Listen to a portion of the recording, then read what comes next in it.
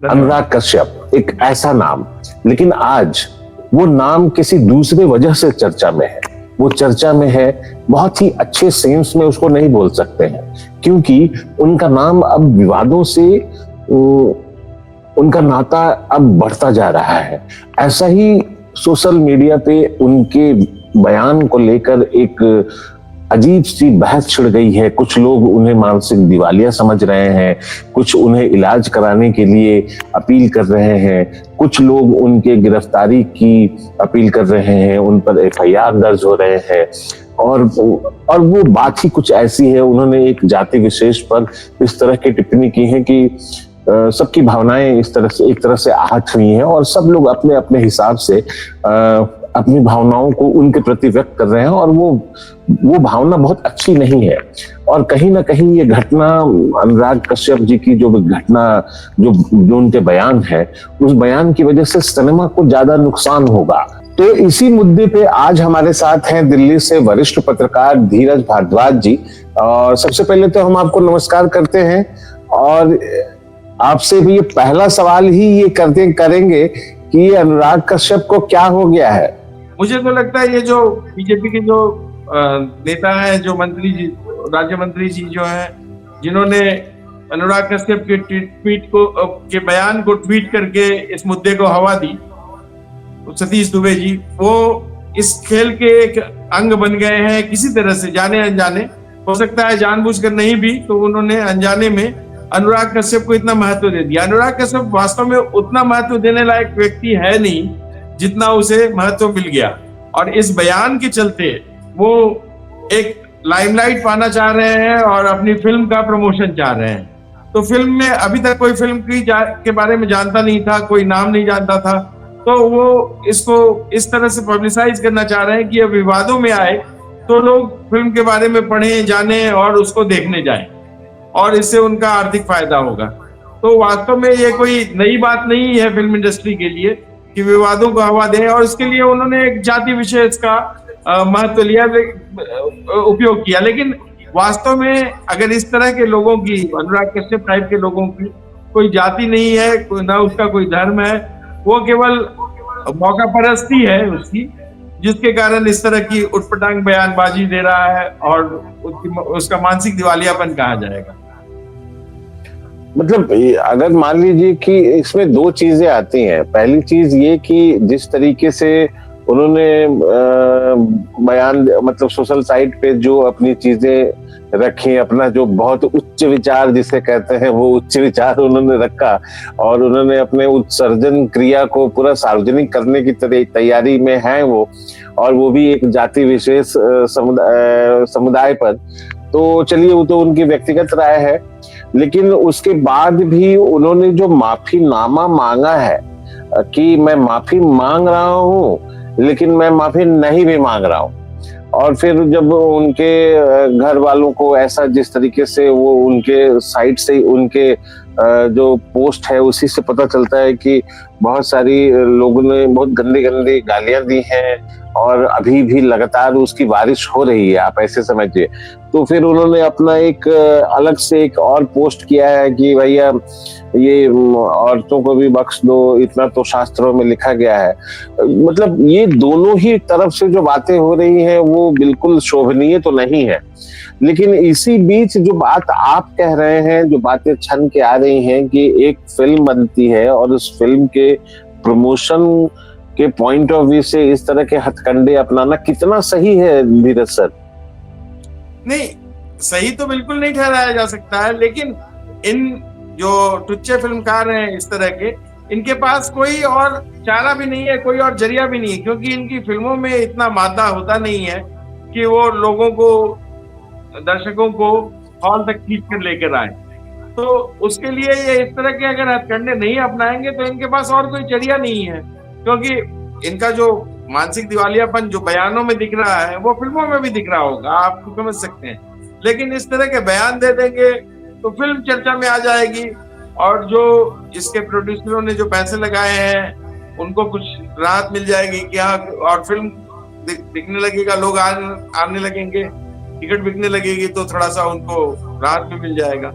और इस तरह का जो आप कह रहे थे कि ये माफीनामा नहीं, बेसिकली कुछ लोग जो इनके वकील होंगे या कानूनी सलाहकार होंगे, उन्होंने कहा होगा कि इस तरह का एक बयान दे दो ताकि बाद में अगर मामला अदालत में जाए तो सफाई देने में, अदालत के सामने सफाई देने में आसानी रहेगी कि हाँ जी मैंने माफी मांग ली है। और इस तरह की माफी का, और वो जानबूझकर विवाद को हवा दिए रहना चाहता है, इसलिए उसने एक कंट्रोवर्शियल माफी भी मांगी है ताकि विवाद भी बना रहे और उसका जो कानूनी पक्ष है वो भी कमजोर हो जाए। तो इसलिए इस तरह की बातें, जो इस तरह की बकवास कर रहा है, इसका कोई अर्थ नहीं है। बेसिकली अगर हम लोग इसकी चर्चा कर रहे हैं तो वो भी उसको एक तरह से महत्व देना ही हो जाएगा। तो उसको नहीं, हमारा चर्चा का विषय नीरज सर ये नहीं है, मतलब मेरे चर्चा करने का विषय ये नहीं है कि वो किस समुदाय को गाली दे रहे हैं और समुदाय को गाली देने के बाद उन्होंने माफी मांग ली, मेरा ये विषय नहीं है।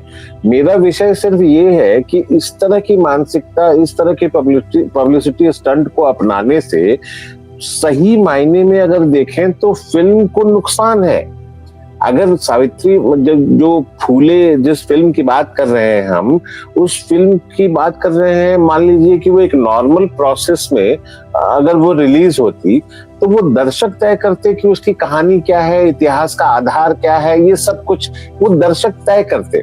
लेकिन अब एक वक्तव्य इतने करोड़ों रुपए लगाने के बाद आप एक तरह से अपने पैसे में आग लगा दे रहे हैं, मेरे समझ से, कि अब आपकी वो फिल्म चाहे कितनी भी बड़ी हो, अच्छी हो, लेकिन हम देखने के पहले ही अपनी एक भावना लेके जा रहे हैं। तो हम उस फिल्म के बनने में या हम उस फिल्म की कहानी के साथ न्याय नहीं कर पाएंगे।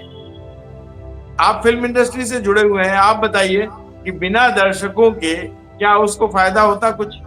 अभी जो स्थिति है, आप करोड़ों रुपए बता रहे हैं लगा चुके हैं, मुझे तो नहीं लगता है कि करोड़ों रुपए लगे होंगे। 1 करोड़ रुपया भी लगा हो, मुझे इसमें भी शक है। जो भी पैसे लगे होंगे तो वो इस उम्मीद पर अगर लगाया है कि कोई दर्शक वास्तव में जो अगर जिसके लिए उसने बनाया है उसके प्रभावित लोग, दर्शक हो, उसके पास जाएंगे सिनेमा हॉल में, तो इससे बड़ा मूर्ख कोई नहीं है। क्योंकि आजकल बायोपिक का जमाना लगभग खत्म हो गया है। आप देखिए लगातार लाइन से कितने बड़े बड़े लोगों पर बायोपिक बनी और उसका जो बॉक्स ऑफिस पर क्या हाल रहा आप देख सकते हैं। मतलब अभी हाल के वर्षों में, करीब 5-6 वर्षों में तो लगातार मैं देख रहा हूं कि कोई भी बायोपिक किसी भी बड़ी हस्ती का चल नहीं रहा है। क्योंकि लोग इतिहास को, आज की तारीख में गूगल है, चैट जीपीटी है और जो ग्रोक वगैरह, मतलब आज की, ये तो खैर आज की तारीख है, लेकिन इससे पहले ही लोगों को इतिहास के बारे में और जो किसी के बारे में डॉक्यूमेंट्री तमाम गूगल पर अवेलेबल है, यूट्यूब पर अवेलेबल है, छोटी मोटी डॉक्यूमेंट्री, जिससे उनके बारे में किसी भी जिसके बारे में मान लीजिए हम किसी लीडर को जानना चाहते हैं तो उसके बारे में पूरा कुछ मिल जाता है एक डॉक्यूमेंट्री में। एक गूगल पर इतिहास उनका पूरा मिल जाता है, उनके बारे में अच्छा बुरा जो कुछ भी है वो सारा कुछ मिल जाता है। तो वैसी स्थिति में इस तरह के बायोपिक का कोई मतलब नहीं रह गया। अभी तक इस बयान के पहले, और जो मंत्री जी ने जो बयान इसका ट्विटर पर डाला उसके पहले, कौन जान रहा था इसको? तो ये केवल एक नहीं, उनकी पहचान को तो खारिज नहीं किया जा सकता है धीरज सर, क्योंकि उन्होंने अच्छी अच्छी फिल्में, एक तरीके से इंडस्ट्री को एक कह सकते हैं कि कमर्शियल फिल्मों को एक नया एंगल दिया, चाहे वो गाली गलौज के पॉइंट ऑफ व्यू से ही फिल्में हो, चाहे वो एंगल दिया। वो एक, मैं उसको टुच्चा, शुरू में आपको याद होगा मैंने कहा था टुच्चा, इसलिए कहा कि मैं उसको फिल्म निर्देशक मानता ही नहीं हूँ। वो केवल सड़क की जो गंदी भाषा है उसको फिल्मों में परोस कर और पब्लिसिटी बटोरना जानता है। वो कहीं से भी बौद्धिक फिल्मकार तो नहीं है जो एक बायोपिक बना सके एक बड़े राजनेता के लिए। मैं आपको यहीं पर मैं दूसरी चीज, देखिए फिल्म में गाली गलौज है या फिर उसको परोसने का तरीका, उन्होंने अपना शब्दों में थोड़ा सा वायलेंस रखा, वो बात समझ में आती है कि फिल्म का एक अलग माध्यम है, आप अपनी चीजों को एक्सप्रेस करने के लिए, उसके लिए सेंसर बोर्ड बैठा हुआ है, वो तय करेगा ए सर्टिफिकेट आएगा, ये मतलब बच्चे देख सकते हैं कि वयस्क देख सकते हैं, वो एक बिल्कुल अलग मामला है। लेकिन ये इस तरीके से मतलब सोशल प्लेटफॉर्म पे इस तरह की भाषा, मतलब ये तो गली मोहल्लों में भी अब शायद नहीं बोली जाती है, जो अब हमें सोशल साइट पे उनके हैंडल से ये चीजें देखने को मिल रही हैं।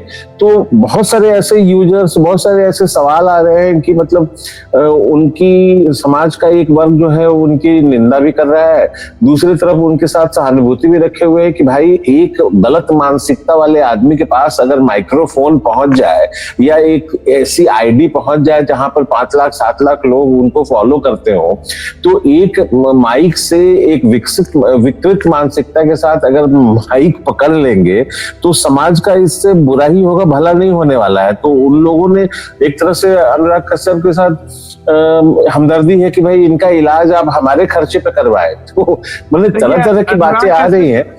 देखिए, अनुराग कश्यप का जो व्यूअर है वो गालियां वाला व्यूअर है, गालियां पसंद करता है। मैं उसके व्यूअर्स में से नहीं हूं, मैंने उसकी कोई फिल्म आज तक देखी नहीं है और ना देखना चाहता हूं।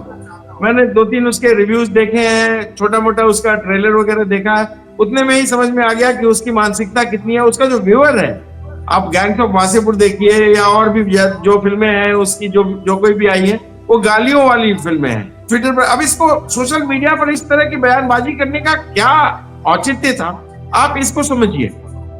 एक जाति के विरोध में, ब्राह्मण जाति के विरोध में है, वो अपने आप को साबित करने की कोशिश कर रहा है, क्योंकि वो जान रहा है कि ऐसा करने से उसके जो गाली वाले दर्शक है वो उनको मानसिक पुष्टि मिलेगी। हाँ, ये बहुत अच्छी बात है बोल रहा है, बहुत अच्छी बात है। आपने देखा होगा बीच में कई सारे राजनेता भी, अभी साउथ में स्टालिन का बयान सुनिए, चाहे इससे पहले मायावती के सपोर्टर्स जो बोलते थे, तो इस तरह की भाषा वो प्रयोग करते थे अगड़ी जातियों के खिलाफ। तो उस तरह की वो राजनेता थे, उनको वोट चाहिए होता था, इसको दर्शक चाहिए, बस इतनी सी बात है। अभी 2 महीने बाद सारी स्थिति बदल जाएगी, ये अपनी माफी भी मांग लेगा सारा। अगर कोर्ट में चला गया मामला अगर गंभीर हुआ तो ये जाके पैर पकड़ लेगा, लोगों से माफी मांग लेगा सार्वजनिक तौर पर, कुछ होना वाला नहीं है।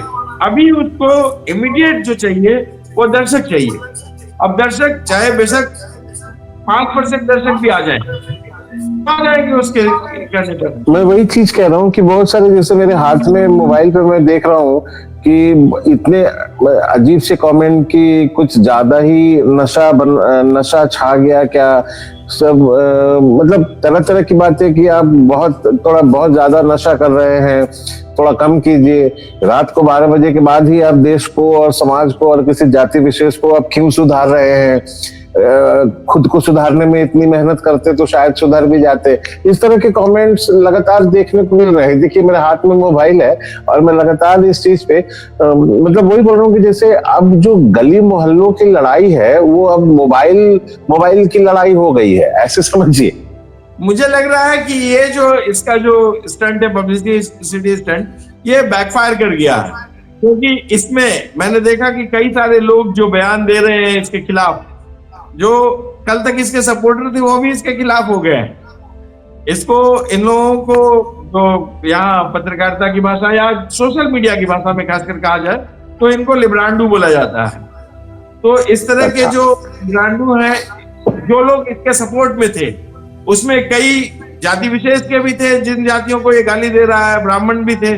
तो उन लोगों ने भी आज कमर कस ली है कि ठीक है, अब ये हमें कैसे गाली देने लगा, ये जातिवादी वाला मामला है नहीं। ये बेसिकली अपना जो दर्शक वर्ग है वो बना रहा है। तो उस दर्शक, अभी उसको निचली जो पिछड़ी जातियां हैं उनके दर्शक चाहिए, तो उसको वो ये कर रहा है, मतलब उनके सपोर्ट में। अब उनके लिए आपने देखा होगा इधर वेस्टर्न यूपी में 1-2 भीम आर्मी प्रचलित हुई थी, वो तो सांसद भी बन गया, चंद्रशेखर रावण। और रावण उसका सरनेम उसने रख लिया अपना। तो वो अपने आप को इस तरह का जो नफरत की राजनीति फैलाते हैं ना, उन लोगों को बस केवल इंस्टेंट सपोर्टर चाहिए, बाद में सब मिलजुल के एक ही हो जाते हैं। देखिए, किसी भी तरीके से इस तरह की बातें जो चल रही हैं, जो अभी तक तो बहुत फख्र की बात थी कि फिल्म इंडस्ट्री ही, हम लोग भी बहुत गर्व से महसूस करते थे। ये कहने की बात नहीं है कि चाहे किसी भी समुदाय से हो हमारा फिल्म इंडस्ट्री, चाहे किसी भी कोई भी शूटिंग होती है तो उसमें चाहे वो किसी भी जाति धर्म से अगर वो ताल्लुक रखता हो, लेकिन दिन की शुरुआत या पहले शॉट की शुरुआत गणपति पूजन से ही होती है। लेकिन अब फिल्म इंडस्ट्री ही अगर इस तरह की विसंगतियों को मतलब फैलाएगा तो मुझे लगता है कि चीजें, ये सिनेमा के लिए अच्छा नहीं लग रहा है। मतलब सिनेमा को इससे नुकसान ही है। मैं फिर कह रहा हूं आपसे, जो पहला सवाल किया मैं, कि अगर आप एक सिनेमा बनाते हैं, हम दर्शक हैं, हम दर्शक के पॉइंट ऑफ व्यू से टिकट कटाते हैं, टिकट कटा के हम सिनेमा हॉल में गए और उसके बाद हम पूरी फिल्म देखने के बाद ये तय करते हैं कि फिल्म अच्छी है या बुरी है। लेकिन अब जो है इस तरह की फिल्म रिलीज, अभी तो ट्रेलर रिलीज हो रहा है, सेंसर बोर्ड ने अपनी कुछ आपत्ति जताई है, उसके बाद कुछ शॉट चेंज होंगे या किसी सेंसर बोर्ड को लगा कि भाई किसी जाति विशेष पे आपने कुछ ज्यादा ही करारा प्रहार कर दिया है, तो उन्होंने 11 अप्रैल को रिलीज होना था, अभी 25 अप्रैल को रिलीज होने जा रहा है। लेकिन आप फिल्म के रिलीज होने या ट्रेलर रिलीज होने के पहले इस तरह की भावनाओं को भड़का रहे हैं, तो हम तो उस फिल्म के बारे में एक एज ए दर्शक एक अपनी एक विचारधारा लेके जाएंगे। और ये अगर हम मान के चलते हैं कि आप फिल्म खराब ही बनाएंगे, तो मुझे दर्शक कैसे तय करेगा, मतलब एक निर्देशक कैसे तय करेगा कि उसकी कहानी अच्छी थी या बुरी थी? क्योंकि हम तो बायस्ड होकर देख रहे हैं, या तो अच्छे रूप में देखेंगे या बुरे तौर पे एक एडॉप्टेशन के साथ कि आप फिल्म खराब बना सकते हैं और खराब ही बनाएंगे। तो टोटलिटी में तो सिनेमा को ही नुकसान है ना सर। मैं आपकी बात से सहमत नहीं हूँ।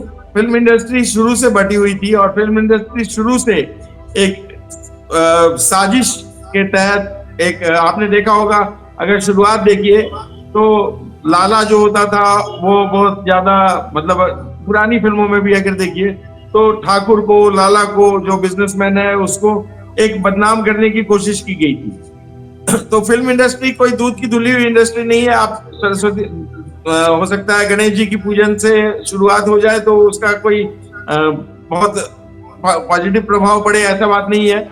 और उससे पहले बहुत सारी फिल्में थी जो शुरुआती, अगर 40 के दशक की देखिए तो अरेबियन स्टोरीज पर बनी थी फिल्में, पूरे खुदा की जो ताकत है उसको प्रमोट करने के लिए बनी थी फिल्में। वो सब फिल्में पॉपुलर हुई थी। 40 के दशक की बात कर रहा हूँ मैं, 30-40 के दशक की बात कर रहा हूँ। उसके बाद के फिल्मों में भी आप देखिए तो जो मैंने बताया कि एक जाति विशेष को बदनाम करने की साजिश रची गई स्क्रिप्ट के जरिए, लेकिन ये पहले सटल वे में होता था। ये ऊपर से दिखाया जाता था कि हाँ हम भी गणपति पूजक हैं, लेकिन एक तरीके से उनको बदनाम करने की कोशिश की जाती थी। डायलॉग्स में आप देखिए, सलीम जावेद तो पूरे बदनामी है कि किस तरह से उन्होंने एक धर्म विशेष को ग्लोरीफाई किया और एक धर्म को डाउन किया। तो इस तरह की बात नहीं है कि फिल्म इंडस्ट्री ऐसी नहीं मानी जाती थी। फिल्म इंडस्ट्री हिडन वे में करती थी। अब क्या है कि अब जनता जागरूक हो गई है, जो दर्शक है जागरूक हो गई है, और दर्शकों का जो वो है नजरिया है वो बदल गया है। तो अब जो फिल्म इंडस्ट्री के इस तरह के जो प्रोड्यूसर हैं, जो डायरेक्टर्स हैं, उन लोगों को भी अपनी स्ट्रेटेजी बदलनी पड़ रही है। पहले वो सटल वे में अपना जो नजरिया है उसको पेश कर देते थे, एक स्टोरी, एक पॉपुलर स्टोरी के साथ साथ एक अपने छिपा हुआ एजेंडा अपना चला देते थे। अब एजेंडा वाली बात छिप कर आ गई है, खुलकर आ गई है सामने, सब लोगों ने देख लिया, सब लोग समझ रहे हैं इस एजेंडा को। इसलिए अब उसको इस तरह के पब्लिसिटी स्टंट की जरूरत पड़ रही है अनुराग कश्यप जैसे लोगों को, जो अभी तक छिपे हुए इस तरह के जो एजेंडा को चलाया करता था। अनुराग कश्यप ही नहीं, अभी और भी आएंगे इस तरह के जो घटनाएं हैं, अभी इस तरह के बयानबाजी है, इस तरह की बयानबाजियां हैं, अभी और भी आएंगी। अभी देखते जाइए, तो शुरुआत है। अभी मतलब कुछ आने वाले वर्षों में अपनी अपनी फिल्मों को, अगर वो जाति विशेष के किसी आइकॉन को फिल्म बनाएंगे, अगर किसी, आपने देखा होगा कि कई सारी फिल्मों में उन्होंने किसी लीडर को, किसी विचारधारा के इसको आइकॉन को खड़ा किया है, लेकिन अब उसको उसका सपोर्टर भी तो चाहिए। यहाँ पर मेरा मुद्दा ये कि देखिए फिल्म में कुछ भी कहने की एक अलग प्रक्रिया है, एक अलग विधा है। आप अपनी चीजें किसी भी तरीके से एक सिनेमाई अंदाज में आप पेश कर सकते हैं, लेकिन वो जब आप जिस चीज के लिए, क्या चीज के लिए जाने जाते हैं, आप सिनेमा के लिए जाने जाते हैं। आप अपनी फिल्मों के माध्यम से कोई भी संदेश दे सकते हैं, दर्शक के ऊपर तय करता होता है कि वो देखे ना देखे। लेकिन आप उस सिनेमा को ही, आप जो आपका माध्यम है, आप उस माध्यम को छोड़ के, जैसे आम आदमी आप फेसबुक ट्विटर से आप अब देश चलाने लगे, जो चलने वाला तो मुझे नहीं लगता है इससे किसी का फायदा तो नहीं है। आप बहुत लोगों का समय बर्बाद कर रहे हैं। यही ट्रिक है, क्योंकि अब दर्शक अपना पैसा लगाकर सिनेमा हॉल में देखने नहीं जा रहा है। आम दर्शक सिनेमा हॉल के, जो सिनेमा के प्रति जो 60 के दशक में, 70 के दशक में और उससे पहले जो लोगों में रुझान था, आप मुगले आजम देखिए, लोग उसके रिलीज की कहानियां आज तक प्रचलित है कि लोग लाइन लगा कर सिनेमा हॉल देखने जाते थे। जय संतोषी माँ फिल्म आई थी, लोग बैलगाड़ियों में 3-3 दिन 4-4 दिन वेट करते थे, बैलगाड़ियों में आकर रहते थे।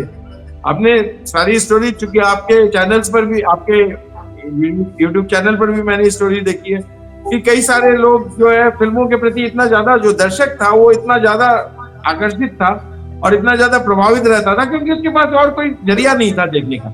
आज की तारीख में लोगों के पास यूट्यूब है, फेसबुक है, दूसरे चैनल वो है, दूसरे जो जरिया है सोशल मीडिया है, तो सोशल मीडिया के जरिए वो आ जाता है, देख लेता है अपना जो कुछ भी उसके मन में जो देखने की इच्छा है वो सारा कुछ देख लेता है। अब फिल्म आ गई तो फिल्म अब तीसरे नंबर पर पहुंच गया, दूसरे तीसरे नंबर पर पहुंच गया, क्योंकि फिल्म पहला तो वो सीधे संवाद कर लेता है, उतने में संतुष्ट हो जाता है।